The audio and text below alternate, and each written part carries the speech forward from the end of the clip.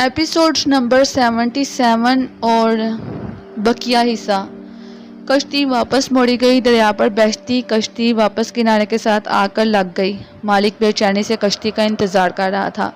उसने कश्ती के रुकते ही अंदर जाकर सान्याल को देखा तो पूछा, बच्चा डूब गया? सान्याल ने हाथ बांधकर कहा, नहीं जनाब, बाकी नौकरों को डुबो दिया है। क्या बकते हो? मालिक चीखा। सान्याल ने कहा कि देवी जी का यही हुक्म था। मालिक ने जेब से पिस्तौल निकाल लिया। मरने के लिए तैयार हो जाओ। बच्चा कहाँ है बताओ? नहीं बताऊंगा। मालिक ने कहा, वो जरूर कश्ती में ही होगा, मैं अभी से जाकर गोली मारता हूँ। मालिक पिस्तौल लेकर आगे बढ़ा ही था कि मारिया ने उसे धक्का देकर फर्श पर गिरा दिया। मालिक मुंह के बल गिरा और इसका पिस्तौल उछलकर दूर जा पड़ा। वो जल्दी से उठा और पिस्तौल पकड़ने ही वाला था कि मारिया ने लपक कर पिस्तौल अपने हाथ में ले लिया और गरज कर कहा, जाने तुम कितने बेगुनाह लोगों को अब तक मार चुके हो, अब तुम भी जरा मरने के लिए तैयार हो जाओ। मालिक थर थर कांपने लगा। वो समझ गया कि ये वही भूत है जो इसके मकान में आ गया था। अब ये भूत उसे कभी नहीं छोड़ेगा। सान्याल ने कहा कि देवी जी इस पर रहम करें। मारिया बोली, जो रहम नहीं करता उस पर रहम नहीं किया जाता। उसने कितने लोगों को मरवा दिया है और रहम नहीं खाया, अब इस पर भी रहम क्यों खाया जाए? मारिया ने कहा, सान्याल बच्चे को लेकर कश्ती से उतर जाओ। सान्याल बच्चे को कपड़े में लपेटकर कश्ती से उतर आया। मारिया भी कश्ती से उतरकर किनारे पर खड़ी हो गई। इसने मालिक को कश्ती में ही रहने का हुक्म दिया और फिर कश्ती को दरिया की लहरों की तरफ धकेल दिया, लेकिन धकेलने से पहले इसके पैंदे में सुराख कर दिया। इस सुराख में से कश्ती में पानी भरना शुरू हो गया। लहरें कश्ती को आगे आगे दरिया के पाट की तरफ ले गईं। पानी तेजी से बढ़ रहा था और कश्ती एक तरफ को झुकने लगी थी। मालिक कोशिश कर रहा था कि किसी तरह से पानी बाहर निकल जाए, मगर वो नाकाम रहा। पानी बढ़ गया और कश्ती डूब गई। किनारे पर खड़ी मारिया ने देखा है कश्ती आहिस्ता आहिस्ता से दरिया की लहरों पर गायब हो गई है। उसने कहा, जालिम को इसके किए की सजा मिल गई। सान्याल, अब तुम इस बच्चे को इसकी माँ के हवाले कराओ। जो हुक्म देवी जी। सान्याल चला गया और मारिया इस घर में अकेली थी। नौकर पहले ही भाग चुके थे। ना सिर्फ एक बरबच्ची ही रह गया था। मारिया इंतजार करने लगी कि सान्याल ने आकर बताया कि बच्चे को इसकी माँ के हवाले कर दिया गया है। मारिया बड़ी खुश हुई। उसने कहा, बाबा, मैं कल या परसों यहाँ से चली जाऊँगी। मैंने अपना फ़र्ज़ अदा कर दिया है। अब मैं कुछ देर आराम करूँगी और फिर आगे जाऊँगी। सान्याल ने कहा कि देवी जी, क्या आप मालिक हैं? हम आपके गुलाम हैं। मारिया 2 रोज़ इस घर में रही और फिर एक रोज़ वहाँ से रवाना हो गई। घोड़े पर सवार वो गांव में से गुजर कर आगे निकल गई। यहाँ उसने रेलवे लाइन के साथ साथ चलना शुरू कर दिया। रेलवे स्टेशन आया तो वो घोड़े से उतर पड़ी। घोड़े को इसने छोड़ दिया और खुद प्लेटफॉर्म पर आकर रेलगाड़ी का इंतज़ार करने लगी। रेलगाड़ी में रश ज़्यादा था। मारिया को ये भी खतरा था कि वो किसी को नज़र नहीं आ रही और किसी के साथ छू गई तो बड़ी मुसीबत हो जाएगी। उसने देखा कि फर्स्ट क्लास के डब्बे में सिर्फ एक औरत सफ़र कर रही है। ये औरत अंग्रेज़ थी और मारिया बेधड़क इस डब्बे में दाखिल हो गई। वो एक तरफ आरामदेह कुर्सी पर बैठ गई। अंग्रेज़ औरत नौजवान थी और कोई रसाला पढ़ रही थी। इस औरत को खबर ही नहीं थी कि उसके डिब्बे में एक ऐसी औरत आ गई है जो नज़र नहीं आती।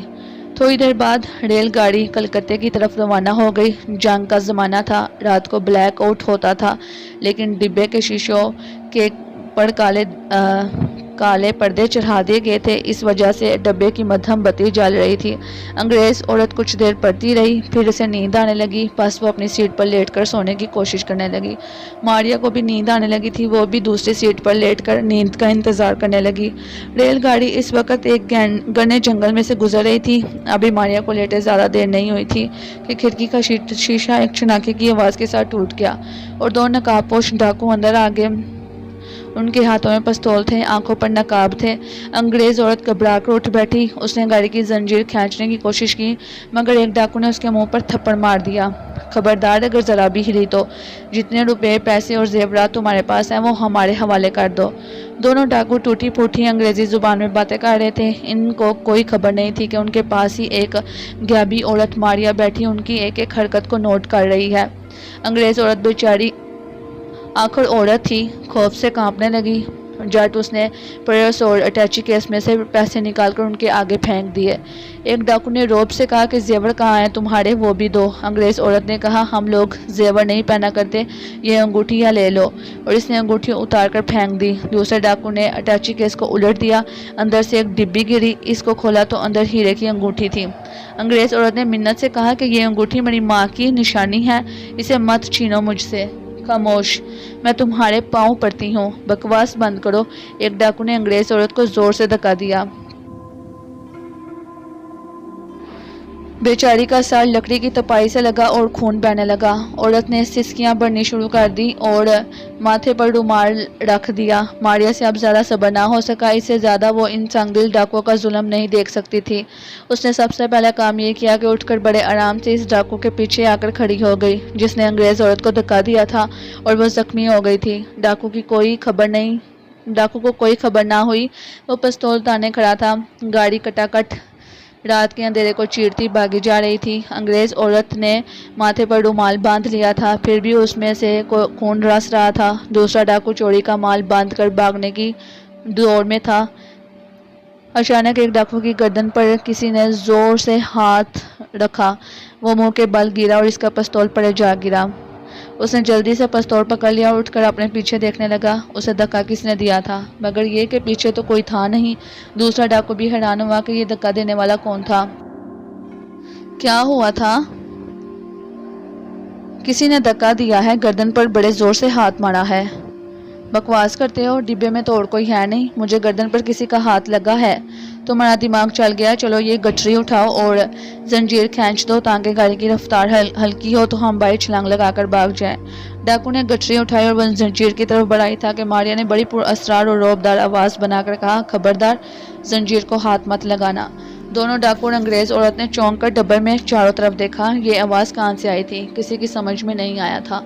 मारिया ने कहा कि तुम मुझे ना देख सकोगे, मगर मैं तुम्हें देख रही हूँ। इस औरत का सामान नीचे सीट पर रख दो। इस औरत के आगे हाथ बांधकर माफ़ी मांगो। पिस्तौल भी नीचे रख दो। डाकू हक्का बक्का होकर इधर उधर तक रहे थे। अंग्रेज औरत भी सहम गई थी। मारिया ने कहा कि मैं देवी दुर्गा हूँ। मैं इस औरत की मदद करने के लिए आई हूँ और तुम्हें तुम्हारे जुल्म का बदला देने आई हूँ। मैं इस जंगल में से गुजर रही थी कि इसकी सिसकियों की आवाज़ मुझे इसकी मदद की तरफ खींच लिया। जल्दी करो, पिस्तौल नीचे रख दो और इस औरत से माफ़ी मांगो। डाकू अपनी जगह पर बुत बने खड़े थे। ऐसे लगता था जैसे उन्हें आवाज़ पर एतबार नहीं आ रहा था। ये दुर्गा देवी की आवाज़ है। वो ये ख्याल कर रहे थे कि शायद इस अंग्रेज औरत ने कहीं टेपड़ी का डंड लगा दिया है। इस पर मारिया को गुस्सा आ गया। उससे तुपाई पर रखा हुआ शीशे का गिलास उठाकर जोर से एक डाकू के सर पर मारा। गिलास टूट गया और वो हाथ जोड़कर खड़ा हो गया। माफ़ कर दो दुर्गा माता। मारिया ने दूसरे डाकू से गरज कर कहा, तुम भी पिस्तौल फेंक दो। उसने भी पिस्तौल फेंक दिया और हाथ बांधकर थर थर कांपने लगा। मारिया ने आगे बढ़कर दोनों पिस्तौल उठा लिए। पिस्तौल एकदम से सीट पर से गायब होते देखकर डाकुओं की जान ही निकल गई। समझ गए कि अब उनकी खैर नहीं। ये सारी गुफ्तगू बंगाली जुबान में हो रही थी। अंग्रेज औरत की समझ में कुछ नहीं आ रहा था। वो इस बात पर बड़ी खौफजदा थी कि कोई रूह इसके डिब्बे में इसकी मदद करने आई है। वो डर भी रही थी और दिल में रूह का शुक्रिया भी अदा कर रही थी। दोनों पिस्तौल मारिया के हाथ में आ गए थे। उसने कहा कि दरवाज़ा खोलकर तुम दोनों डाकू डिब्बे के दरवाजे के बीच में बाहर की तरफ मुंह करके खड़े हो जाओ। दोनों डाकू कांपती आवाज में बोले, दुर्गा माता रहम करो, हमें बख्श दो। मारिया बोली, तुम जालिम हो, बेजुबान औरतों पर जुल्म करते हो, उन्हें लूटते हो, मारते हो और जान से मार देने से भी दुरेग नहीं करते। तुम पर रहम खाना नाइंसाफी है। जल्दी करो, नहीं तो अभी गोली चलाकर तुम दोनों को ख़त्म कर दूंगी। तुम्हारे दोनों पिस्तौल इस वक्त मेरे हाथ में है। अगर यकीन नहीं आता तो ये लो। और इसके साथ ही मारिया ने खिड़की से बाहर 2 गोलियां फायर कर दी। गोलियों की आवाज़ पर डाकू सहम गए। सचमुच दुर्गा देवी के हाथ में पिस्तौल थे। जल्दी करो, मारिया ने चीख कर कहा। दोनों डाकू एक एक कदम उठाते दरवाजे के पास गए। वहां रुक गए। मारिया ने कहा, खोलो दरवाज़ा, नहीं तो मैं गोली चलाने लगी हूँ। डाकू ने आहिस्ता से कुंडी उतारी और दरवाज़ा खोल दिया। हवा का झोंका अंदर घुस आया। मारिया ने कहा कि भाई छलांग लगा दो आगे पीछे। चलो, नंबर 1, जल्दी करो। गाड़ी बड़ी तेज रफ्तारी से उड़ी जा रही थी। बाहर सख्त अंधेरा था। दरख्त बिजली की तरह से पीछे जा रहे थे। गटागट का शोर मचा था।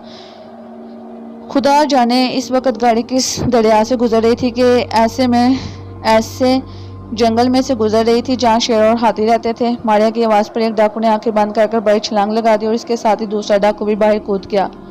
उनके बाहर कूदने के साथ ही मारिया ने दरवाज़ा बंद कर कुंडी लगा दी और अंग्रेज़ औरत के पास आ गई। अंग्रेज़ औरत खौफजदा थी। उसने ज़िंदगी में आज तक ऐसा तमाशा ना देखा था। अब मारिया ने अंग्रेज़ी ज़ुबान में उससे कहा, बहन, खुदा ने तुम्हारी मदद की है। मुझसे डरो नहीं, मैं कोई दुर्गा देवी नहीं हूँ, बल्कि तुम्हारी तरह की एक औरत हूँ। फ़र्क सिर्फ इतना है कि मैं तुम्हें दिखाई नहीं दे सकती, क्योंकि आज से 5000 बरस पहले मुझे जादू के जोर से गायब कर दिया गया था। अंग्रेज़ औरत ने डरते डरते कहा, 5000 साल पहले? हाँ, मगर ये बातें तुम्हारी समझ में नहीं आएंगी। मैं तुम्हारी दोस्त हूँ, मैं कोई भूत प्रेत नहीं हूँ। मैं तुम्हारे साथ ही इस डिब्बे में सवार हुई हूँ। लाओ मैं तुम्हारे माथे पर पट्टी बांधूँ। शुक्रिया मेरी बहन, मैं किस जुबान से तुम्हारा शुक्रिया अदा करूँ। मेरी समझ में नहीं आता, अगर तुम मेरी मदद ना करती तो ये डाकू मेरी माँ की आखिरी निशानी मुझसे छीन कर ले गए होते। मगर क्या मैं तुम्हें छू सकती हूँ? क्यों नहीं, लाओ अपना हाथ। मारिया ने अंग्रेज औरत का हाथ पकड़कर अपने माथे पर लगाया। अंग्रेज औरत ने हाथ से मारिया के जिस्म को टटोला। इसका नाक, होंठ और सर के बाल महसूस किए। वो बिल्कुल आम औरत की तरह थी, सिर्फ उसका नाक लंबा और होंठ खूबसूरत थे। मारिया ने कहा, आज से 5000 बरस पहले जब मैंने एक बार तालाब में अपना अक्स देखा था, तो मेरी आंखें नीली और बाल सुनहरी थे। आज भी मेरी आंखें नीली और बाल सुनहरी ही होंगे। लेकिन बहन मारिया, तुम गायब कैसे हो गई? मेरा मतलब है कि इस दुनिया में कोई ऐसा जादू भी है कि इंसान गायब हो जाए? मारिया ने कहा कि इसकी जिंदा मिसाल तुम्हारे सामने मौजूद है, लेकिन इन बातों पर बहस ना ही करो तो अच्छा है। तुम इन बातों को नहीं समझ सकोगी। मैं अपने भाई अंबर और नाग के साथ हजारों बरस से जिंदा हूँ। हमने कई बादशाहों की हुकूमतें देखी हैं। मेरे भाई अंबर के पास ऐसी ताकत है कि वो मर नहीं सकता।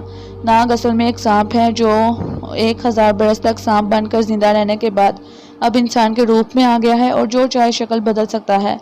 अंग्रेज औरत ने पूछा, तुम्हारे भाई नाग और अंबर कहाँ हैं? मारिया ने कहा, मैं उनकी तलाश में ही कलकत्ते जा रही हूँ।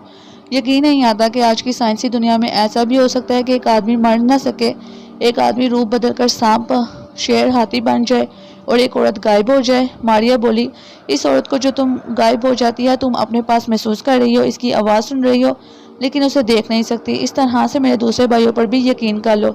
अंग्रेज औरत ने कहा, मुझे यकीन करना ही पड़ेगा। काश मैं तुम्हारे भाइयों यानी अंबर और नाग से भी मिल सकती। मारिया बोली, वो भी इसी मुल्क में है। शायद कभी तुम्हारी उनसे मुलाकात हो जाए। अगर कभी तुम इनसे मिली तो इन्हें कहना कि उनकी बहन मारिया इस शहर में उनकी तलाश में है। बहुत अच्छा, मैं ज़रूर इन तक तुम्हारा पैगाम पहुंचा दूंगी। गाड़ी अब आहिस्ता हो रही थी। कलकत्ते का स्टेशन आ गया। ट्रेन के दाएं बाएं दूर दूर रोशनियां दिखाई देने लगी। फिर गाड़ी कलकत्ता शहर के बहुत बड़े रेलवे स्टेशन में दाखिल हो गई। अंग्रेज औरत ने कहा, मारिया बहन, इस वक्त तुम कहाँ जाओगी? मुझे बड़ी खुशी होगी कि अगर तुम मेरे साथ मेरे घर चलोगी। तुम मेरे साथ ही रहना जब तक तुम इस शहर में रहो, ये मेरे दिल की ख्वाहिश है। क्या तुम मंजूर करती हो? मारिया ने कहा, जैसे तुम्हारी मर्जी, मगर मेरी एक शर्त है। वो क्या? मारिया ने कहा, तुम्हारे सिवा किसी को खबर नहीं होनी चाहिए कि मैं तुम्हारे साथ इस घर में रह रही हूँ। मुझे मंजूर है। तुम किसी को मेरा राज नहीं बताओगी ना? हरगिज नहीं बताऊंगी। फिर मैं तुम्हारे साथ जाने को तैयार हूँ। शुक्रिया बहन, बहुत बहुत शुक्रिया। अंग्रेज औरत का नाम सूजी था और वो एक बहुत अमीर अंग्रेज़ की बीवी थी, जिनकी शहर से बाहर झील वाले बाग के किनारे एक आलीशान कोठी थी। सूजी को लेने उसका खावंद एक लंबी खूबसूरत कार लेकर स्टेशन पर आया हुआ था। उसने आगे बढ़कर सूजी से हाथ मिलाया और खुश होकर बोला, ट्रेन ठीक वक़्त पर पहुंची ना? फिर अचानक उसकी नज़र सूजी के माथे पर बंधी पट्टी पर गई। फिक्रमंद होकर पूछने लगा, ये क्या हुआ सूजी? सूजी ने मुस्कुराकर कहा, गिर पड़ी थी अपने डिब्बे में। खुदा के लिए अपना ख्याल रखा करो। मैं अभी घर चलकर डॉक्टर को बुलवाता हूँ। इसकी कोई ज़रूरत नहीं हैरी, मैं अब ठीक हूँ। मारिया भी सूजी यानी अंग्रेज औरत के साथ साथ थी। गाड़ी में सूजी का खावंद पिछली सीट पर उसके साथ बैठने लगा तो सूजी ने कहा, हैरी तुम अगली सीट पर बैठ जाओ, मैं ज़रा खुली होकर बैठना चाहती हूँ। कोई बात नहीं सूजी, मैं आगे बैठ जाता हूँ। असल में पिछली सीट पर सूजी के साथ मारिया ने बैठना था। गाड़ी बंगले की तरफ रवाना हो गई। सूजी ने मारिया के करीब होकर कहा, क्या ये शहर तुमने पहले देखा है? सूजी के खावंद ने पलटकर कहा, क्या मुझसे कुछ कहा तुमने सूजी? ओह नहीं नहीं, मैं, लेकिन फिर तुम किससे बातें कर रही थी? किसी से नहीं, किसी से भी नहीं, मैं कुछ बड़बड़ा रही थी, शायद मुझे नींद आ रही है। तुम घर जाते ही सो जाना, तुम्हें आराम की ज़रूरत है, ठीक है? मारिया हंस रही थी। उसने सूजी के कान में कहा, हाँ मैं इस शहर में पहले भी आ चुकी हूँ। अब मारिया की सरगोशी हैरी के कान में गई तो उसने पलट कर देखा। ये कौन बोल रहा था? सूजी ने कहा, अरे भाई कोई भी नहीं, तुमको खामखा वहम हो गया है। सूजी के खावंद हैरी ने कान खुजाते हुए कहा, ऐसी भी कोई बात नहीं, मैंने तो खुद किसी औरत की आवाज़ सुनी है। सूजी हंसकर बोली, देख लो, यहाँ मेरे सिवा कोई औरत नहीं है। यही तो मैं भी देख रहा हूँ। गाड़ी सूजी के शानदार बंगले में दाखिल हो गई। कमरे का भूत।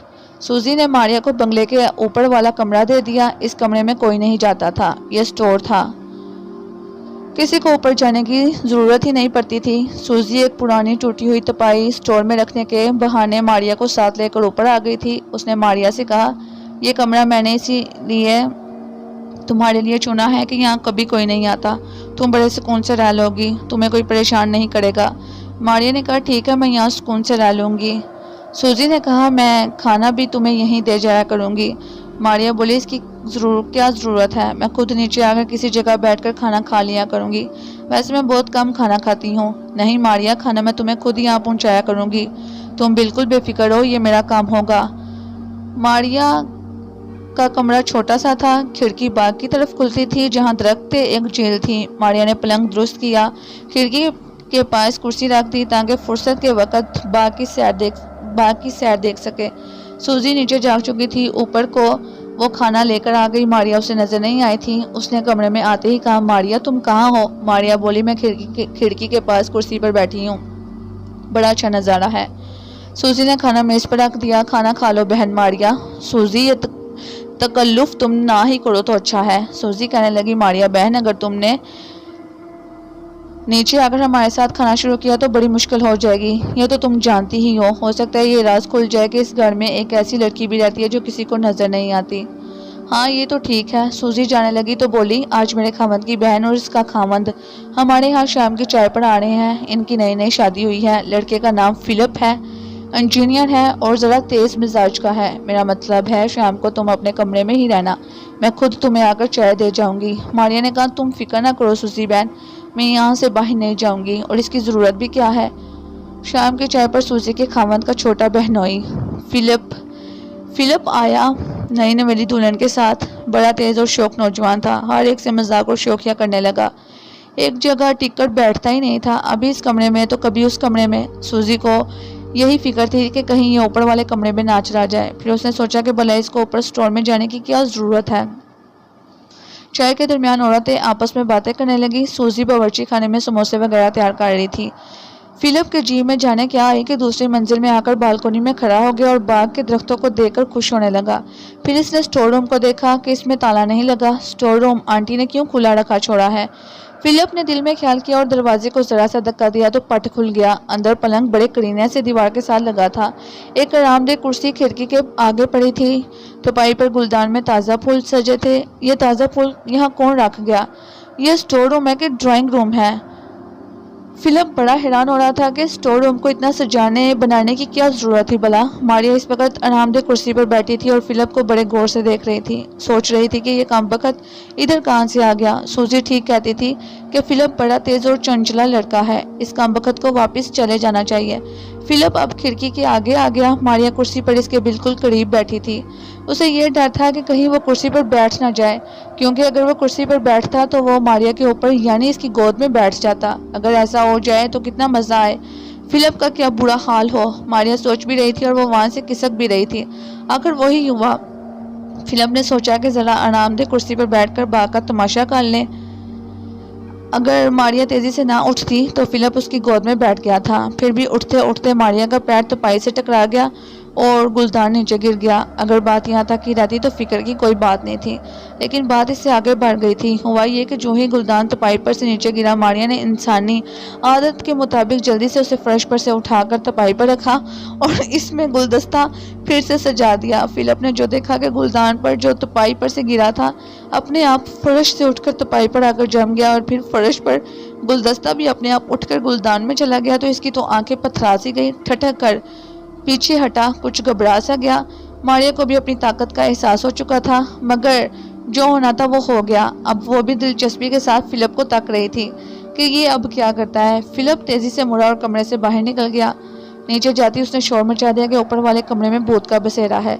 फिर उसने गुलदान के गिरने और फिर खुद ब खुद तपाई पर चले जाने का सारा किस्सा नमक मिर्च लगाकर सुनाया। सूजी समझ गई कि मारिया से ज़रूर कोई गलती हो गई है। सूजी के खामद ने कहा कि पहले तो ऐसी कोई बात नहीं हुई, अव्वल तो ऐसा कुछ है ही नहीं, ऊपर हमेशा ताला लगा रहता है, किसी ने खोल दिया ऊपर वाले कमरे को। सूजी ने कहा कि वो असल में सुबह मैंने सफाई की थी, ताला लगाना भूल गई थी। फिलिप बोला अभी ऊपर ज़रा कमरे को जाकर देखें वो स्टोर कहाँ है। पूरा बेडरूम बना हुआ है, पलंग लगा हुआ है, तपाई पर फूल सजे हैं, खिड़की खुली है, ये सारी कारस्तानी भूत की है। फिलिप की बीवी डर गई। अरे भूत, खुदा का शुक्र है कि तुम बच कर आ गए। फिलिप ने कंधे उचकाए। अरे बेगम, भूत भला मेरा क्या बिगाड़ सकता है। मैंने इसका लिहाज किया है, नहीं तो इसी वक्त ऐसी कलाबाजी मारता कि भूत को नानी याद आ जाती। सूजी ने कहा, ये तुम लोगों का ख्याल है फिलिप, भूत नाम की कोई चीज़ नहीं होती। चलो चाय पी लो। फिलिप बोला, आंटी मैंने अपनी आंखों से गुलदान को फर्श पर से उठकर तपाई पर जाते देखा है। मैंने आपके घर के भूत का बड़ा लिहाज किया है। वैसे इस किस्म के बहुत से भूत देखे हैं मैंने, 2 मिनट में मेरे आगे घुटने टेक देते हैं। फिलिप की बीवी ने बड़ी शान से फिलिप की तरफ देखकर फखर से गर्दन ऊंची की। सूजी का खामद बोला, अरे भाई सवाल ये है कि ये भूत यहाँ कहाँ से आ गया। अब अगर आ गया है तो ये हमें बड़ा परेशान करेगा। मैं तो कहता हूँ कि अगर तुमने इससे पहले भूतों को भगाया है तो जरा हमारे भूत को भगा दो। सूजी ने झट कहा, भाई आप भी बच्चों जैसी बातें करने लगे। कहाँ है भूत, कहाँ का जादू टोना, छोड़े इन बातों को। फिलिप ने सीने पर हाथ मारकर कहा, आंटी ये ना कहें, खुदा की कसम ऊपर वाले कमरे में भूत है। ये भूत आपको बहुत तंग करेगा, इसको भगा ही सकता हूँ मैं। सूजी के खामद ने कहा, तो भाई ऊपर चलो और भूत को निकाल बाहर करो, नहीं तो मैं यही समझूंगा कि तुम महज जुबानी बातें करते रहते हो और डींगे मारते हो। फिलिप सर उठाकर बोला, चलिए मेरे साथ ऊपर, अगर भूत वहाँ मौजूद हुआ भी अभी इसे कमरे से निकालकर बाग में फेंक दूंगा। लेकिन कमरे में जाने की जरूरत नहीं थी, भूत इस वक्त उसके बिल्कुल करीब खड़ा था। मारिया कमरे से नीचे उतर आई थी, उसे मालूम था ये आदमी नीचे जाकर बड़ा शोर मचाएगा। वो सारी बातें चुपचाप सुन रही थी। उसने फिलिप को मजा चखाने का फैसला कर लिया। जो ही फिलिप ने घर के लोगों के ऊपर आने की दावत दी, मारिया ने मेज पर से एक चीनी की रकाबी उठाकर इसके सर पर दे मारी। छन से रकाबी फिलिप के सर से टकराकर टुकड़े टुकड़े हो गई। फिलिप घबराकर एक तरफ गिर पड़ा। उसकी बीवी और सूजी का खामद परेशानी की हालत में उसे तकने लगा। सूजी ने सर पकड़ लिया, समझ गई कि मारिया नीचे आ गई है। फिलिप ने जमीन पर से उठते हुए कहा, ये भूत कहाँ से आ गया। हैरी ने कहा, इसे पकड़ लो इसे फिलिप। बीवी बोली, खुदा के लिए यहाँ से भाग चलो फिलिप। फिलिप ने सीने पर हाथ मारकर कहा, आड़ी मैं भाग जाऊं हैं? क्यों? क्या मैं इस भूत से डरता हूँ? मैं तो इस भूत को ऐसी मार मारूंगा कि फिर कभी इधर का नाम नहीं लेगा। मारिया को गुस्सा भी आ रहा था और हंसी भी आ रही थी। हैरी ने सूजी से कहा, सूजी तुम बड़े आराम से खड़ी हो, क्या तुमने पहले कभी भूत को घर में देखा है? नहीं तो हरगिज नहीं, पहले मैंने तो कभी नहीं देखा, मगर ये भूत कहाँ से आ गया? ये तो इस भूत से पूछेंगे। सूजी का खामद बोला, हाँ भाई फिलिप, खुदा के वास्ते इस भूत को हमारे घर से निकाले बगैर ना जाना, पीछे ये भूत हमें बड़ा तंग करेगा। फिलिप अंदर से डर गया था, मगर ऊपर ऊपर से बहादुरी की बातें कर रहा था। वो इतनी डींगे मार चुका था कि अब शर्मिंदा होने से घबरा रहा था। बोला, चचा आप फिक्र ना करें, मैं इस भूत की दुम काट कर इसे लंडोड़ा करवा कर यहाँ से निकालूंगा, सारी उम्र याद रखेगा ये भूत के किस बहादुर नौजवान से पाला पड़ा था। वो उठकर टायर ठीक करने लगा। मारिया को बड़ा गुस्सा आया, कमीना इसकी दुम काटने की फिक्र में था। वो खिसकती हुई फिलिप के पीछे आकर खड़ी होगी। फिर उसने मेज पर रखा हुआ पानी का गिलास उठाया और फिलिप के कोट का कॉलर पीछे उंगली डालकर अपनी तरफ खींचा और अंदर ठंडा पानी डालना शुरू कर दिया। फिलिप ने जो अपने कॉलर गर्दन के पीछे से खींचते और फिर कमर के साथ ठंडे पानी की अबशार नीचे पतलून तक जाते और फिर पतलून के नीचे से बाहर निकलते देखी तो पहले तो वो जहाँ खड़ा था वही खौफ के मारे खड़ा रह गया। उसके बाद उसके मुंह से एक भयानक चीख निकली और वो गश खाकर गिर पड़ा। हैरी, सूजी, फिलिप की बीवी और नौकरों ने भी अपनी आंखों से देखा कि फिलिप के कोट के अंदर पानी जा रहा था और पतलून के पांचों से बाहर निकलकर फर्श के कलीन पर गिरा था। सभी खौफजदा हो गए थे। फिलिप की बीवी चीख मारकर फिलिप पर गिरी। फिलिप को उठाकर बिस्तर पर लटा दिया। बड़ी मुश्किल से उसे होश आया। होश आते ही उसने कहा, बेगम भागो यहाँ से, और बीवी को लेकर फौरन 9-2-11 हो गया। अब सूजी के खामद को फिक्र पड़ गई। बोला, बेगम ये भूत कहाँ से आ गया? इस घर में यहाँ रहना मुश्किल हो जाएगा। मैं सोच रहा हूँ इस शहर से किसी काले नीलम वाले जोगी को बुलाता हूँ, वो भूत को काबू कर लेगा। सूजी अब उसे क्या कहती कि ना बुलाओ किसी को। मारिया से गलती हो गई थी, वो क्या कर सकती थी। फिर भी कहने लगी, अरे आप तो खामखा घबरा रहे हैं, भूत अगर है भी तो हमें कुछ नहीं कहेगा, आखिर हमारे घर का भूत है। हैरी बोला, कमाल है, घर का भूत ना हुआ घर की भैंस हो गई। मैं नहीं ये मानता। ओके, तो हमारे मेहमानों को परेशान करेगा, इसे यहाँ से भगाना ही पड़ेगा। मैं अभी किसी जोगी के पास जाता हूँ। काली घाट के मंदिर में ऐसे कई हिंदू जोगी रहते हैं। मारिया हंस रही थी, सोचा जरा जोगी को भी आ लेने दो। हैरी कोट पहन कर निकल गया तो सूजी ने नौकरों को वहां से फाड़क किया। जब वो अकेली रह गई तो इधर उधर देखकर बोली, मारिया तुम यहाँ हो क्या? हाँ सूजी, मैं इसी कमरे में कुर्सी पर बैठी हूँ। सूजी सर पर हाथ रखकर बैठ गई। ये तुमने क्या कर दिया मारिया? मेरे लिए और अपने लिए मुसीबत खड़ी कर दी तुमने। मारिया हंसकर बोली, कोई बात नहीं सूजी बहन, जरा खेल तमाशा ही सही। मैं किसी से कुछ नहीं कहूँगी और फिर फिलिप को मैं सजा देना चाहती थी। इतने में नौकर अंदर आ गया। सूजी कह रही थी, लेकिन मारिया कहीं बात का बतंगड़ न बन जाए। नौकर ने हैरान होकर सूजी को देखा। मैम, आप किससे बातें कर रही हैं?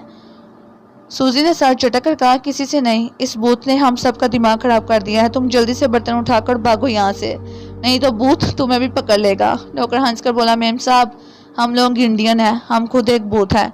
और वो बर्तन उठाकर दूसरे कमरे में से होता हुआ बावर्ची खाने में आ गया। इतने में सूजी का खावंद हैरी एक लंबे लंबे बालों वाले जोगी को लेकर आ गया।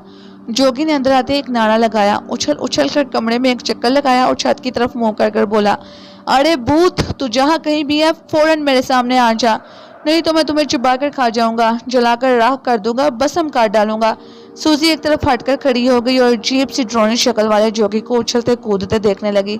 समझ गई कि अब यहाँ जंग शुरू हो जाएगी। उसका खामद बड़ा खुश था कि वो एक ऐसे जोगी को लेकर आया है जो अभी बूथ को कान से पकड़कर बाहर निकाल देगा। मारिया सोफे पर बड़े आराम से बैठी जोगी के मस्खरों जैसी हरकतों को देख रही थी।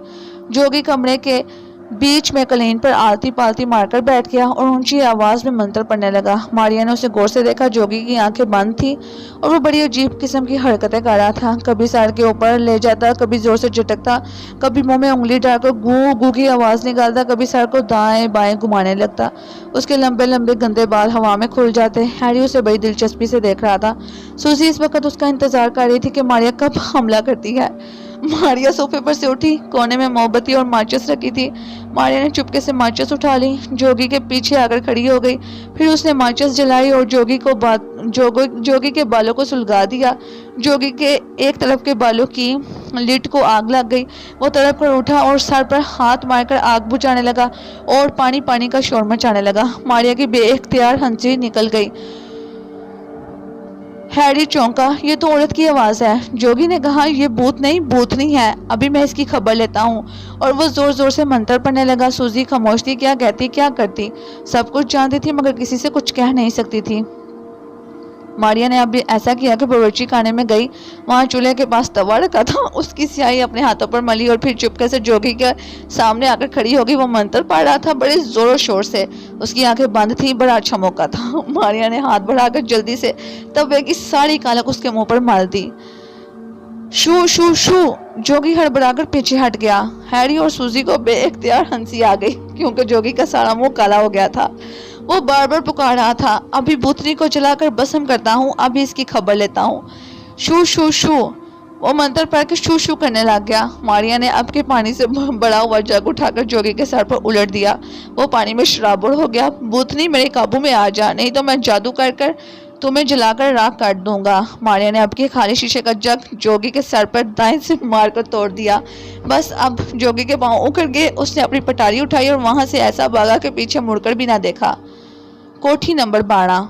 दूसरे रोज सूजी के खावंद ने बीवी से कहा, बेगम, इस मकान में भूत का बसेरा हो गया है, बेहतर होगा हम ये बंगला छोड़ दें और किसी दूसरे बंगले में चले जाएं। सूजी ने कहा, मगर ये भूत हमें तो कुछ नहीं कहता, फिर हमें मकान बदलने की क्या जरूरत है। हैरी बोला, लेकिन हो सकता है कल को ये हमारे भी खिलाफ हो जाए और हमें तंग करने लगे। सूजी बोली, फिक्र ना करें, मैं इसका जिम्मा लेती हूँ, ऐसा कभी नहीं होगा। हैरी ने कहा, क्या ये भूत तुम्हारा दोस्त है जो तुम इसका जिम्मा ले रही हो? सूजी बोली, आप ऐसा ही समझ लें। सूजी ने ये सारी बातें मारिया को बताई तो वो बहुत हंसी, कहने लगी, सूजी बहन, मैं तुम्हारी बहन हूँ, हो सका तो कभी ना कभी ज़रूर तुम्हारे काम आऊँगी। वैसे अब मैं चाहती हूँ कि यहाँ से किसी दूसरे शहर जाकर अपने भाइयों को तलाश करूँ। सूजी ने कहा, मेरा ख्याल है अभी तुम कुछ रोज़ यहीं ठहर जाओ, हो सकता है तुम्हारे भाई तुम्हें तलाश करते करते किसी रोज़ इस शहर में आ निकले। मारिया ने कहा, अच्छा अगर तुम कहती हो तो कुछ और रोज़ ठहर जाती हूँ। दोनों ऊपर वाले कमरे में बातें कर रही थी। दरवाज़ा बंद था।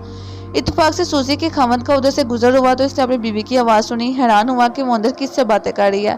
दरवाज़ा खोलकर अंदर आया तो वहाँ सिवाय इसकी बीवी को कोई दूसरा नहीं था। अरे बेगम, तुम अभी भी किसी से बातें कर रही हो? सूजी ने कहा, किसी से भी नहीं, मगर मैंने तो तुम्हारी आवाज़ अपने कानों से सुनी है। अरे आपको वहम हो गया होगा, मैं तो यूं ही कमरा साफ करते हुए अपने आप से बातें कर रही थी। भाई कमाल है, जब वो चला गया तो मारिया और सूजी हंसने लगी। 2 रोज बाद का जिक्र है कि मारिया बंगले से निकलकर अंबर और नाग की तलाश में बाहर जाने लगी तो इसने सूजी को ड्राइंग रूम में एक सोफे पर कुछ उदास बैठे देखा। वो इसके पास आ गई। सूजी उसे ना देख सकी। मारिया ने कहा, सूजी क्या बात है, तुम उदास क्यों हो? सूजी ने चौंक कर ऊपर देखा। उसे नजर तो कुछ नहीं आया मगर समझ गई कि मारिया उसके करीब ही खड़ी है। घर में वो अकेली थी। बोली, मारिया, रात मेरे खामद हैनी ने मुझे बताया कि उसका एक अफसर उसके खिलाफ हो गया है और इससे 1 लाख रुपए रिश्वत तलब कर रहा है। कहता है कि अगर तुमने मुझे 1 लाख रुपए रिश्वत ना दी तो मैं तुम्हारे खिलाफ गबन का झूठा मुकदमा बनाकर कैद करवा दूंगा। मारिया ने पूछा, वो अफसर कहाँ रहता है, इसका नाम क्या है? सूजी बोली, उसका नाम हंटर साहब है और वो खिजरपुर की कोठी नंबर 12 में रहता है। बड़ा बदमाश अंग्रेज अफसर है। इसने बहुत से गुंडे पाल रखे हैं। जिस किसी के खिलाफ चाहता है झूठा मुकदमा खड़ा करने की धमकी देकर उससे रुपए बटोर लेता है। रात मेरा खामद भी बहुत परेशान रहा। इसे नींद भी नहीं आ रही थी। समझ में नहीं आता कि क्या करूं। मारिया ने मुस्कुराकर कहा, सूजी बहन, तुम परेशान क्यों होती हो? आखिर मैं तुम्हारे काम नहीं आऊंगी तो फिर कौन आएगा तुम्हारे काम? तुम क्या करोगी बहन मारिया? वो बड़ा बदमाश अंग्रेज है, किसी को खातर में नहीं रहता। मारिया ने कहा, अगर वो तुम्हारे खामंद के गाड़ आकर इसके कदमों में गिरकर माफी मांगे तो फिर ठीक रहेगा? ये कैसे हो सकता है? सूजी ने हैरान होकर पूछा। मारिया बोली, ऐसा ही होगा, मैं जा रही हूँ। कहाँ? मारिया ने कहा, खिजरपुर कोठी नंबर 12 हंटर बदमाश के पास। सूजी अपनी जगह खड़ी रह गई और मारिया बंगले से निकल गई। बाहर आकर उसने खिजरपुर के इलाके की तरफ चलना शुरू कर दिया। उसने इलाके का सारा नक्शा ज़हन में रख लिया था। चौक में एक बस खड़ी हो गई थी जिसके माथे पर खिजरपुर लिखा था। मारिया इस बस में सवार हो गई। बस में रश ज़्यादा नहीं था वगरना बड़ी मुश्किल हो जाती। बस ने मारिया को खिजरपुर उतार दिया। यहाँ दाएं जानिब दरिया के किनारे दूर एक खूबसूरत बंगलों की कतार चली आ रही थी। मारिया ने इन बंगलों के साथ साथ चलना शुरू कर दिया। 8, 9, 10, 11 और फिर 12 नंबर कोठी आ गई। बाहर लिखा था, मिस्टर हंटर बहादुर।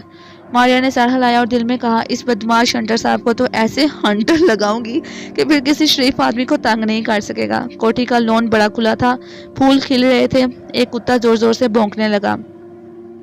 एक बंगाली मुलाजिम बाहर को भागा इस ख्याल से कि कुत्ता भौंकता है तो जरूर कोई आया होगा। वहाँ कोई नहीं था लेकिन कुत्ता बराबर भौंके जा रहा था। जानवर ने मारिया की मौजूदगी को महसूस कर लिया था। अंदर से एक बड़ी बड़ी मूंछों वाला लंबा तिरंगा अंग्रेज हाथ में हंटर पकड़े बाहर निकल आया। ये क्यों भौंकता है? कौन आया है? बंगाली नौकर ने सलाम करके कहा, कोई नहीं आया हंटर साहब, ये वैसे ही भौंक रहा है। यही हंटर साहब था। हंटर ने जोर से घुमाकर एक हंटर बंगाली नौकर को मारा। नौकर बेचारा तड़प कर रह गया। हरामी, इस बाप को चुप करवाओ। हंटर अंदर चला गया। बंगाली बेचारा बंधन से लाता कुत्ते की संगली घसीटता दूसरी तरफ निकल गया। मारिया को बड़ा गुस्सा आया। समझ गई कि हंटर बदमाश के बारे में जो सुना था ठीक सुना था। इस जालिम बदमाश को जरूर सजा मिलनी चाहिए। मारिया बरामदे में से होकर इस कमरे में आ गई जिसमें हंटर साहब अभी दाखिल हुआ था।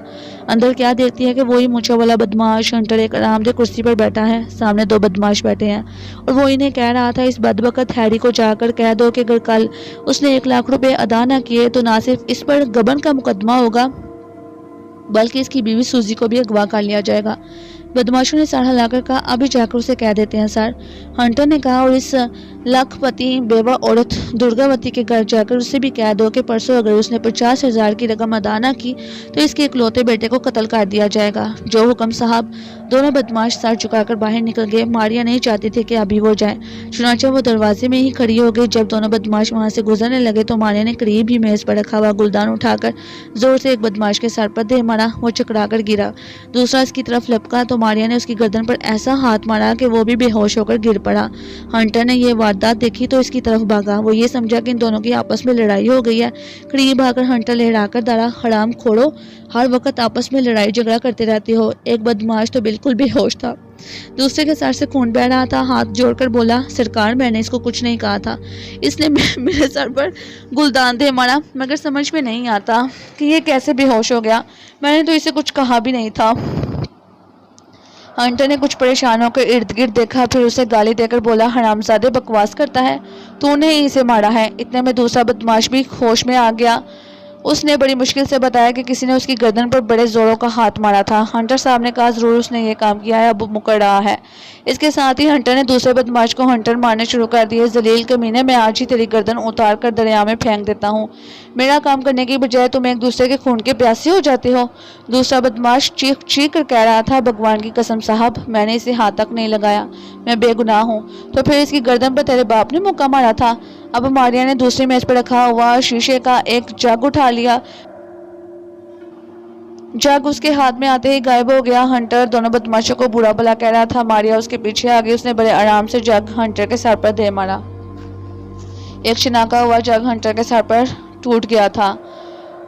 हंटर बौखलाकर पीछे को मुड़ा। कौन है? इसने दाते हुए पूछा, मगर वहां कोई नहीं था। अगरचे मारिया उसके करीब ही खड़ी थी, मगर हंटर तो इसे कभी भी नहीं देख सकता था। अब दूसरे बदमाश भी उठकर खड़े हो गए। जग को हंटर के सर पर लगकर चकनाचूर होते उन्होंने भी देखा था। हंटर के सर पर गोमर सा पड़ गया था। वो जख्मी सांप की तरह गुस्से से फनकारने लगा। ये किस हरामजादे की शरारत है? ये किसने मेरे सर पर जग मारा है? यहाँ कौन है जो ऐसी जुर्रत कर सकता है? हंटर की पतलून में पिस्तौल लगा था। मारिया ने हाथ आगे बढ़ाकर पिस्तौल निकाल लिया। हंटर ने पतलून से पिस्तौल अपने आप निकलकर गायब होते देखा तो चौंक कर पड़े हट गया। हैं? ये मेरा पिस्तौल कौन ले गया? मारिया ने हंसकर कहा, मैं ले गई हूँ तुम्हारा पिस्तौल। कमरे से एक गैबी औरत की आवाज़ सुनकर दोनों खौफजदा हो गए और हंटर चौंक पड़ा। इनकी आंखें खुली की खुली रह गई। मारिया ने कहा, मैं तुम्हारी मौत हूँ। तुम लोगों के दिन पूरे हो गए हैं। मुझे हुक्म दिया गया है कि तुम तीनों की जान निकाल कर ले आओ। बस तुम मरने के लिए तैयार हो जाओ। मैं देवी हूँ और तुम्हारी मौत हूँ। ये सुनना था कि दोनों बदमाश रोते हुए फर्श पर गिर पड़े और गिड़गिड़ाने लगे। मैम देवी, हमें माफ़ कर दो, हमें ना मारो, हम तौबा करते हैं, आइंदा कभी बुरे काम नहीं करेंगे। इसको कत्ल, किसी को भी कत्ल नहीं करेंगे। मारिया ने कहा, मगर तुम अब तक जिन लोगों को कत्ल कर चुके हो, इनका हिसाब कौन देगा? हमें माफ़ कर दो, हमें माफ़ कर दो। मारिया ने कहा, तुमने छोटे छोटे बच्चे को कत्ल करके उनकी लाशें दरिया में फेंकी हैं। बदमाश बोले, मैम देवी, हमें इस हंटर साहब ने कहा था कि जाकर बच्चों को कत्ल कराओ। मारिया ने कहा, इस हंटर की भी अभी खबर लेती हूँ, पहले तुम्हें तुम्हारे जुल्म की सजा दे लूँ।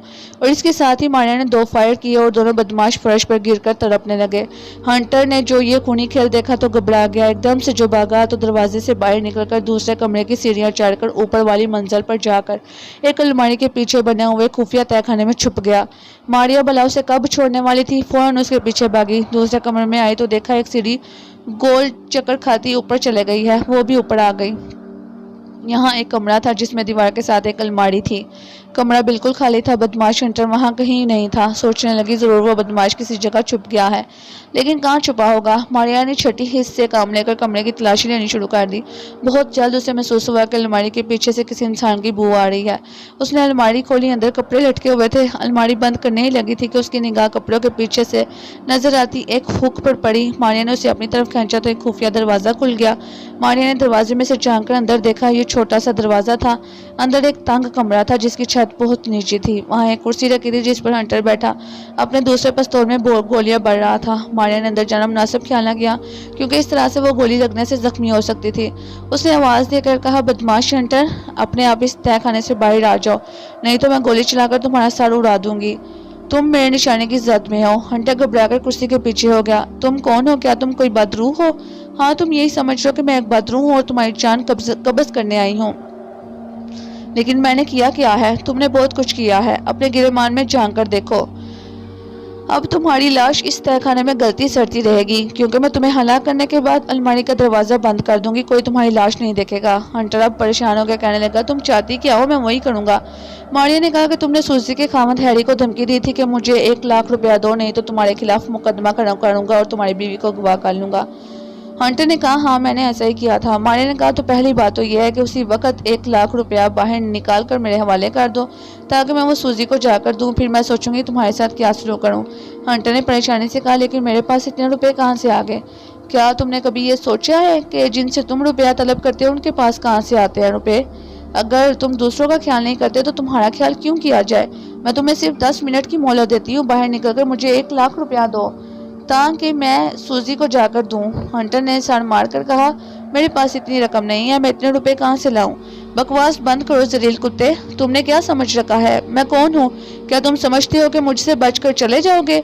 तुम इस शहर की ज़मीन के नीचे भी चले जाओगे तो मैं तुम्हें ना छोड़ूंगी। मैं जानती हूँ तुमने ड्राइंग रूम में कीमती हीरे छुपा कर रखे हैं। चलो चलकर अपनी सारी दौलत मेरे हवाले कर दो, नहीं तो अभी तुम्हें इस तहखाने में बंद करके सारी कोठी को आग लगा दूंगी। तुम इसके अंदर भस्म हो जाओगे। हंटर घबरा के और जल्दी से बोला, देवी, मैं अभी तुम्हें हीरे और रुपए हवाले करता हूँ। खुदा के लिए मुझे जान से ना मारो, मेरी कोठी को आग मत लगाना। अब आए हो ना सीधी राह पर, चलो बाहर निकलो।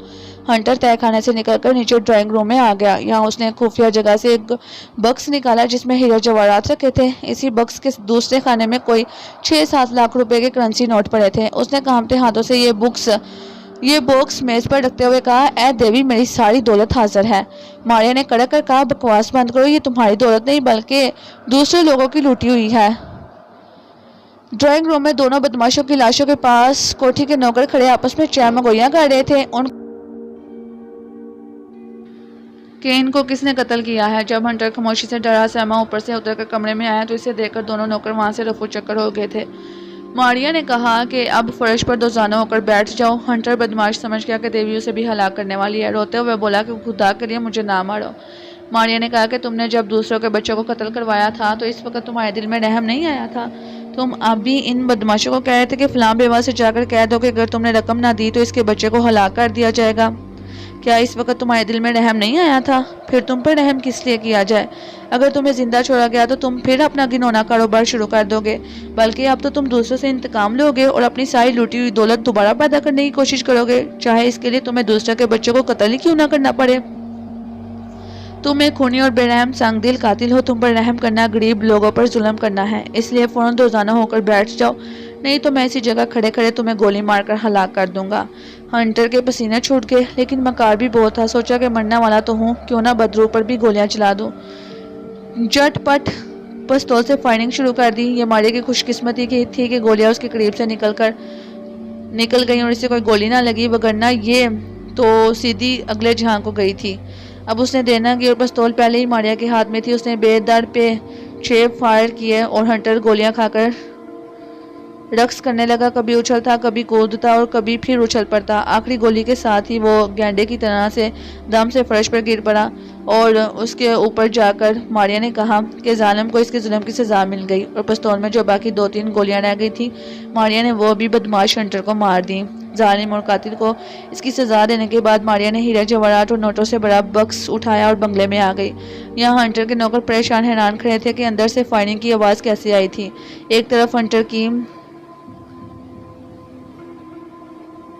मोटर खड़ी थी। मारिया मोटर का दरवाज़ा खोलकर अंदर बैठ गई। नौकरों ने देखा कि मोटर का दरवाज़ा अपने आप खुल गया है और बंद हो गया है, तो वो दोनों खौफजदा हो गए। जब मोटर उनके करीब से गुजरकर बंगले से बाहर निकल गई, उन्होंने देखा कि ड्राइवर कोई नहीं था और गाड़ी चल रही थी। एक नौकर तो वहीं खौफ से बेहोश हो गया था। मारिया मोटर को लेकर दरिया किनारे बंगलों से निकलकर खिजरपुर सड़क पर आ गई। यहाँ ट्रैफिक आ जा रही थी। चौक में से गुजरने लगी तो एक सिपाही ने उसकी गाड़ी पर नजर पड़ गई। देखकर आंखें मलने लगा। दूसरे ने कहा, यार इस गाड़ी में ड्राइवर कोई नहीं था और गाड़ी चल रही थी। दूसरे सिपाही ने कहा, क्या पागलों जैसी बातें कर रहे हो? मैं झूठ नहीं बोल रहा, आओ मेरे साथ। और दोनों सिपाही मोटरसाइकिल पर बैठकर मारिया की गाड़ी के पीछे लग गए। अगले चौक पर जाकर वो अपना मोटरसाइकिल मारिया की गाड़ी के बराबर ले आए। दूसरे सिपाही ने देखा कि सचमुच मोटर में ड्राइवर कोई नहीं था, मगर गाड़ी सड़क पर भागी जा रही थी। इसका सर चकराने लगा। ये मेरी आंखें क्या देख रही हैं? यही तो मैं तुम्हें कह रहा था, मगर ये चक्कर क्या है? मेरा ख्याल है कोई शख्स इसे रेडियो के जरिए कंट्रोल कर रहा है। अगर रेडियो के जरिए कंट्रोल कर रहा है तो फिर इसके हॉर्न का गेंद क्यों बार बार पिचक रहा है? इसे तो साफ ज़रा कोई इसे इंसानी हाथों से चला रहा है।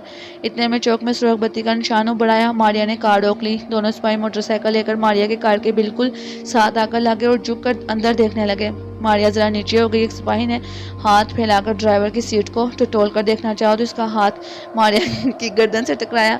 उसने मारिया के बालों पर हाथ फेराई ताकि मारिया ने उसका हाथ पकड़कर दांतों से जोर से काट खाया। मारा गया। सिपाही चीख मारकर पीछे को गिरा। दूसरे ने पूछा, क्या हुआ? सिपाही बोला, अंदर भूत है। भूत? दूसरा सिपाही मोटरसाइकिल वहीं छोड़कर उठ खड़ा हुआ। पहला सिपाही भी उसके साथ ही तौर पर लोग हैरान हो रहे थे कि इन 2 सिपाहियों को हुआ क्या है कि मोटरसाइकिल एक कार के पास छोड़कर दीवानों की तरह से भाग खड़े हुए हैं। अचानक एक आदमी चलाया। गाड़ी में ड्राइवर नहीं है और ये चल रही है। चौक में सबज इशारा हो गया। मारिया गाड़ी आगे ले गई। दूसरे लोगों ने भी कार की तरफ देखा, मगर मारिया कार ले जा चुकी थी। चौक में जिस आदमी ने चीख मारकर कहा था कि कार में ड्राइवर नहीं है, वो बेहोश हो चुका था। मारिया जिस सड़क पर से गुजरती वही शोर मच जाता। गाड़ी बगैर ड्राइवर के चल रही है। इस इलाके में अच्छा खासा हंगामा खड़ा हो गया। गैबी ड्राइवर, सारा शहर गाड़ी के पीछे लग गया। मारिया परेशान हो गई कि आखिर उसने एक जगह गाड़ी खड़ी कर दी। दरवाजा खोला और बाहर निकल आई। ट्रैफिक पुलिस के सिपाही दम पर खुद खड़े थे। लोग भी देख रहे थे कि कार का दरवाजा अपने आप खुला है। मारिया ने एक तरफ आकर देखा कि एक मोटरसाइकिल अकेला खड़ा है। वो हजूम से चुपके से बाहर निकल आई और किसी को खबर ना हुई। लोग अभी तक कार के गिर्द ही जमा थे। मारिया बड़े आराम से मोटरसाइकिल पर बैठी, उसे स्टार्ट किया और लेकर भाग गई। अब जो लोगों ने एक ऐसे मोटरसाइकिल को देखा जो बगैर चलाने वाले यानी ड्राइवर के सड़क पर भागा जा रहा है तो और ज्यादा शोर मच गया। जिस सड़क पर से मारिया का मोटरसाइकिल गुजर रहा था, लोग देखने को देखे कि ऊपर कोई सवार नहीं और मोटरसाइकिल फुल स्पीड पर चला जा रहा है तो इस इलाके में शोर मच गया। लोग सड़कों पर आकर खड़े हो गए। नौजवान कारों और स्कूटरों पर मारिया के स्कूटर के पीछे लग गए। मारिया परेशान होगी, कम बखत ये लोग तो उसका पीछा ही नहीं छोड़े हैं। इसके पास हीरा जवाहरात और करेंसी नोटों का बक्स भी था। इसे डर था कहीं हजूम में से कुछ खो ना जाए। बस मारिया ने मोटरसाइकिल एक पुल पर खड़ी कर दी। नीचे दरिया बह रहा था। मारिया ने मोटरसाइकिल को पुल पर से दरिया में धकेल दिया। सब लोगों ने देखा कि मोटरसाइकिल दरिया में गिर गई है। उन्होंने जोर से नारे लगाए जैसे बदरूश जो शहर में आ गई थी अब दरिया में गड़क हो गई है। मारिया पुल की सीढ़ियां उतर के नीचे दरिया के किनारे पर आ गई। उसे दरिया की दूसरी तरफ जाना था। किनारे पर एक कश्ती सवारियों को लेकर पार जाने के लिए तैयार खड़ी थी। कश्ती में काफी जगह थी। मारिया इसमें एक तरफ होकर बैठ गई। कश्ती ने उसे दूसरे किनारे पर ले जाकर लगा दिया। दूसरे किनारे पर गरीबों की झोंपड़ी दूर तक चले गई थी। ये लोग बेहद गरीब थे। मेहनत मजदूरी कर अपने भूखे बच्चों का पेट पाल रहे थे। मारिया वहां जाकर एक तरफ हो गई। वो हर झोंपड़ी में जाती और 100 रुपए के नोट और कुछ हीरे मोती वहां फेंककर अगली झोंपड़ी में चले जाती। इस तरह मारिया ने सारी दौलत इन गरीब लोगों में तकसीम कर दी। वहां तो एक शोर मच गया। गरीब लोगों ने जब अपने घरों में 100 के नोटों और हीरे जवाहरात की बारिश होते देखी तो दंग रह गए। नोटों पर वो भूखों की तरह से चिपट पड़े। वहां ज्यादा शोर हंगामे का खतरा था और इस बात का डर था कहीं पुलिस वहां आकर दौलत ना लूट ले। बस मारिया ने एक जगह खड़े होकर बुलंद आवाज से कहा, सुनो, मैं दुर्गा देवी की दासी बोल रही हूँ। दुर्गा देवी ने मुझे दौलत देकर तुम्हारी मदद के लिए भेजा है। बस अपने अपने हिस्से में आई हुई दौलत समेटकर अपनी अपनी झोपड़ियों में खामोश होकर बैठ जाओ।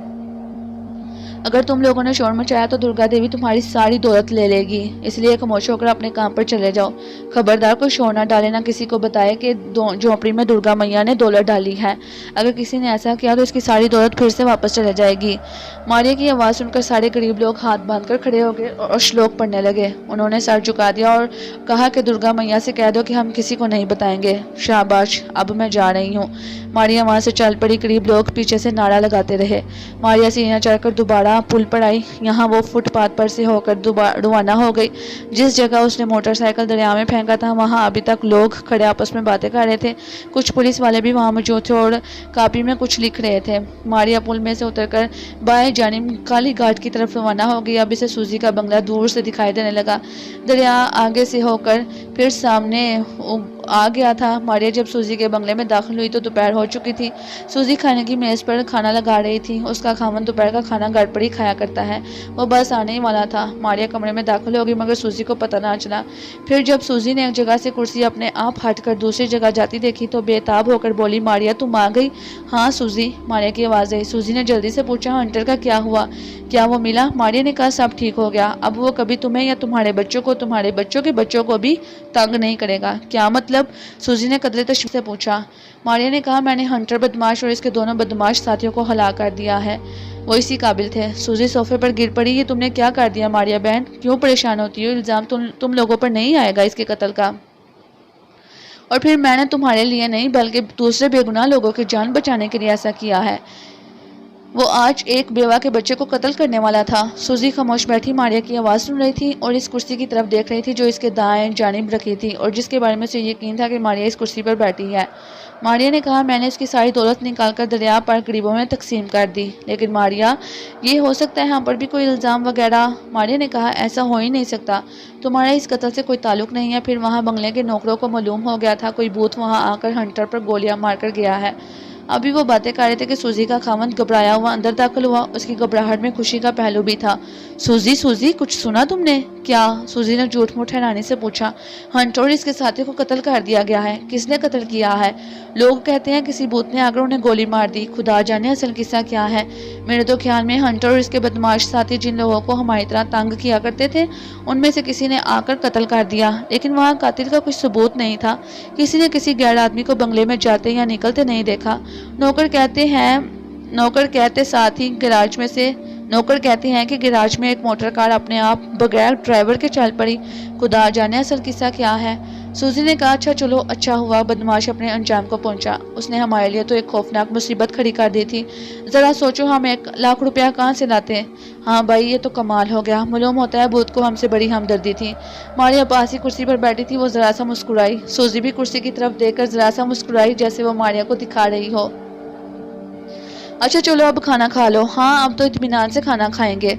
खाने पर इधर उधर की बातें होने लगी। सूजी के खामन ने कहा, अब मुझे यकीन नहीं आ रहा ये काम किसी भूत का है। भला आज के साइंस के ज़माने में भूत कहाँ होते हैं। बड़ी दकियानूसी बातें हैं। सूजी ने कहा, लेकिन हैरी, हो सकता है कोई पुराने ज़माने का भूत हो, हमारी मदद को आ गया हो।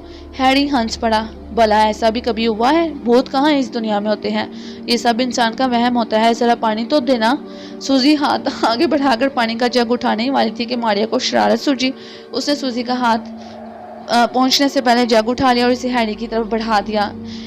सूजी बगले झांकने लगी। हैरी ने जो देखा कि पानी का जग अपने आप हवा में खड़ा है तो इसके तो हाथ से चमचा छूटकर प्लेट में गिर गया। उसका मुंह खुले का खुला रह गया। वो कुछ कहना चाहता था, लेकिन अल्फाज उसके हलक में अटक कर रह गए। सूजी ने इस ख्याल से कि कहीं उसके खामंद पर ज़्यादा असर न पड़ जाए जल्दी से कहा, घबराओ नहीं हैरी, ये वही हमारा हमदर्द भूत है। लेकिन ये कैसे हो गया। अब मारिया ने कहा कि हैरी भाई, घबराने की ज़रूरत नहीं है। मैं तुम्हारी हमदर्द हूँ, अगर चाहे तुमने मुझे भूत ही कहो, मगर मैं भूत नहीं हूँ, तुम्हारी बीवी सूजी की सहेली हूँ। हैरी अब भी टिक टिक हैरानी से जग को तक रहा था। मारिया ने जग मेज पर रख दिया। हैरी ने रुमाल से चेहरे पर आया पसीना पहुंचा और सूजी की तरफ देखकर कहा, सूजी क्या ये सब ठीक है? क्या हमारे घर में भी भूत रहता है? सूजी ने कहा, ये भूत नहीं, मारिया है। हैरी, मारिया हमारी दोस्त है और मेरी तरह एक औरत है। फ़र्क सिर्फ इतना है कि इसे कोई देख नहीं सकता। हैरी ने डरते डरते कहा, तो क्या हंटर और उसके बदमाशों को मारिया ने मारा है? मारिया कहने लगी, हाँ हैरी, इन बदमाशों को मैंने हमेशा के लिए ख़त्म कर दिया, लेकिन जालिम इस काबिल नहीं होता कि उस पर रहम किया जाए।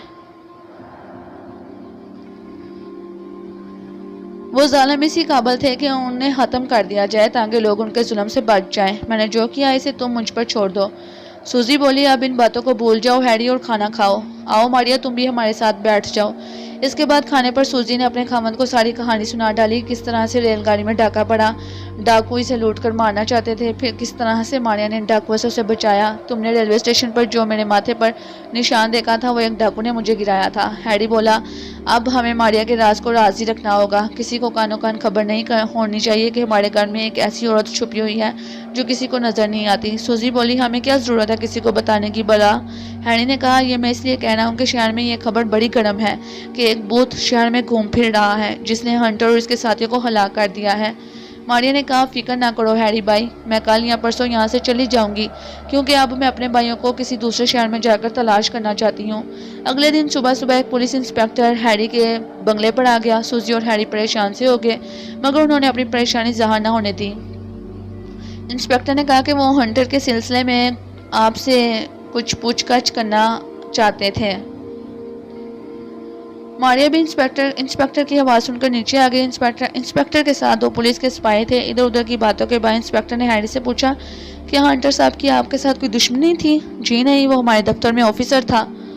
मेरी इसकी भला क्या दुश्मनी होगी? मारिया सीढ़ियों के पास खड़ी हो गई। सूजी अपने खामन के पास बैठी थी, वो फिक्रमंद थी। इंस्पेक्टर ने कुछ कार्रवाई लिखी और फिर ये कहकर चला गया कि वो कल फिर आएगा। क्या सूजी और हैरी को कत्ल के इल्ज़ाम में पकड़ लिया गया? मारिया ने इन लोगों की किस तरह से मदद की? नाग और अंबर मारिया की तलाश में कहाँ पहुँचे? ये आप आइंदा आने वाले एपिसोड में इंशाल्लाह मुलाहिज़ा फरमाइएगा 78 में। अगर आपको मेरी ये वीडियो पसंद आई है तो इसको लाइक करें और मेरे चैनल को सब्सक्राइब करें और बेल आइकन को प्रेस करें ताकि आपको मिलती रहे तमाम वीडियो अपडेट्स। इंशाल्लाह मिलते हैं नेक्स्ट एपिसोड के साथ। स्टे कनेक्टेड एंड अल्लाह हाफिज़।